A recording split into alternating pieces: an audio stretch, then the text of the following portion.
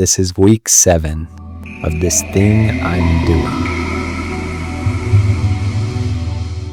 Hey y'all, I'm sick today. Sore throat got me good. This has been a big week for reflection for sure. Just personal reflection and also reflection on like the projects. I'll be talking more about it later in the video, but there's gonna be a few small changes with the projects themselves. I'm still doing the weekly projects. I'm still keeping uploads the same consistency, but there are going to be some changes, so stay tuned.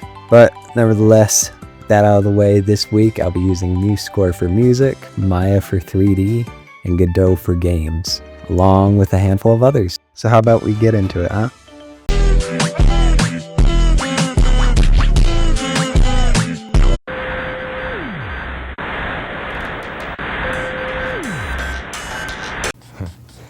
We don't make mistakes. We have happy accidents. Truth be told, whenever I start making music, I just throw 4 or 5 random notes together to see what fits. So in a sense, every song I've made so far has basically been based on pure luck and happenstance. A cosmic ray from outer space caused a spontaneous upwarp that saved time in a Super Mario 64 speedrun. Last week I mentioned how I was listening to more music in my free time and trying to feel out how melodies and other songs weave in and out of each other. And just kind of doing this week, I feel like I kind of nailed down kind of what I'm looking for in music, at least the music I'm trying to make. For this track, I tried adding more percussion in the track, weaving the songs in and out of each other. It's been a good week for Muse, to be sure.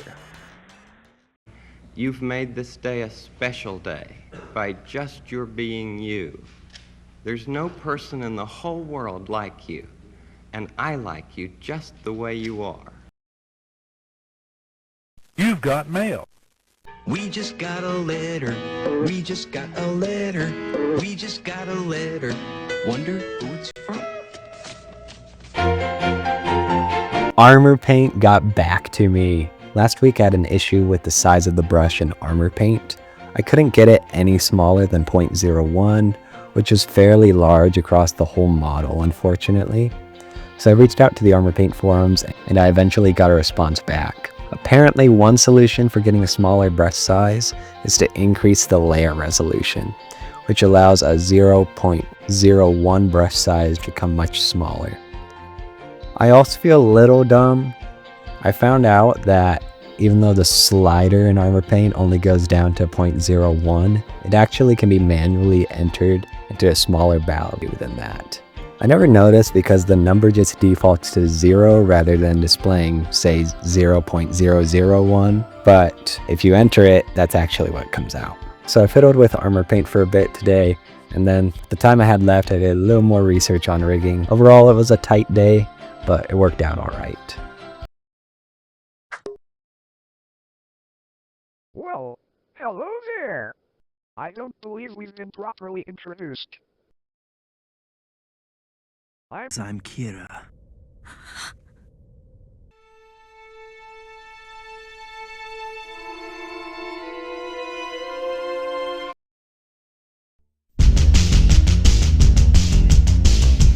Last week I encountered a conceptual problem with hard-coding something into my game.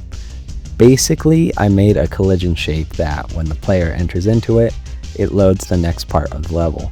The only issue? I had to type into the program exactly which level I wanted to load next.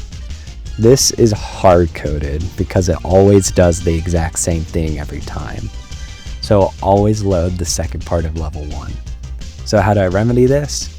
Well, I could just recreate that file over and over again for every single level, but that's a little tedious, so I decided to do things a little differently. What I did is I made a simple list with the exact order of the levels I wanted loaded. 1.1 to 1.2, and 1.4, and 2.1. I can change the order later on just by typing something different into the list, but basically it's an ordered list that says this one comes after that one, right? So I have this list of levels and I go through each name in the list. And this is iterating. I'm iterating through the list and checking if it matches the name of the current level. So if I get to an item in the list, it matches the name of the current level, I go to the next item, which should be the next part of the level, and then I tell the program to load that part. This means that the list itself is hard-coded to whatever I put there, but it also means loading the next part of the level can be dynamic according to the list, which is more ideal than having a bunch of files doing the same thing, just slightly different. Overall, it was a good day for Godot. This track is really coming together. The result of this track is just a more emotional score that ramps up slowly over time. Something I did to spice up the track was keep the same overall beat by creating just a variation of the first crystal synthesizer melody that I made and breaking the longer notes into repeated quarter notes, kind of giving it that faster beat but keeping the same melody. Also added cymbals that crash down near the end that just kind of keep that up-paced melody, you know, keep the song going faster and faster by just having faster, and more instruments. I tried adding drums to it along with the cymbals, but I feel like it just ended up killing the vibe, so I just stuck to the cymbals this time around.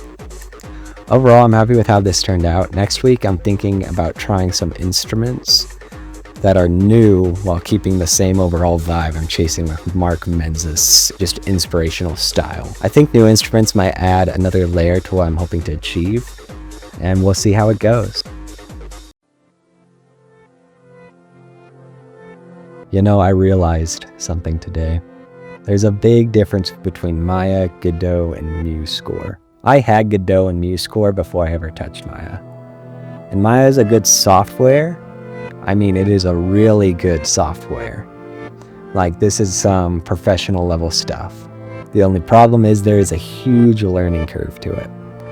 For instance, messing with the imperfections of the arm was very tricky. When my left arm bends, it flattens out the bicep unnaturally, which really hurts how the model looks. Now, to fix this, I'm supposed to zero out the vertices of the messed up shape in Maya so they don't warp strangely like that. At least that's what the tutorials online suggest. But when I do, it shoves the vertices entirely through the model rather than flattening it out how I'm hoping it does. I tried to figure out what I needed to do, but at some point I have to accept there's a large gap between what I can learn on my own and what I can't learn on my own. Maya is professional software. Godot and Muse are quality software that professionals may use, but they're much more beginner friendly. So I've had to come to terms with something. For the Gravatar project, I'm probably going to drop Maya as the main focus, which is unfortunate, but I think it's healthier for the project.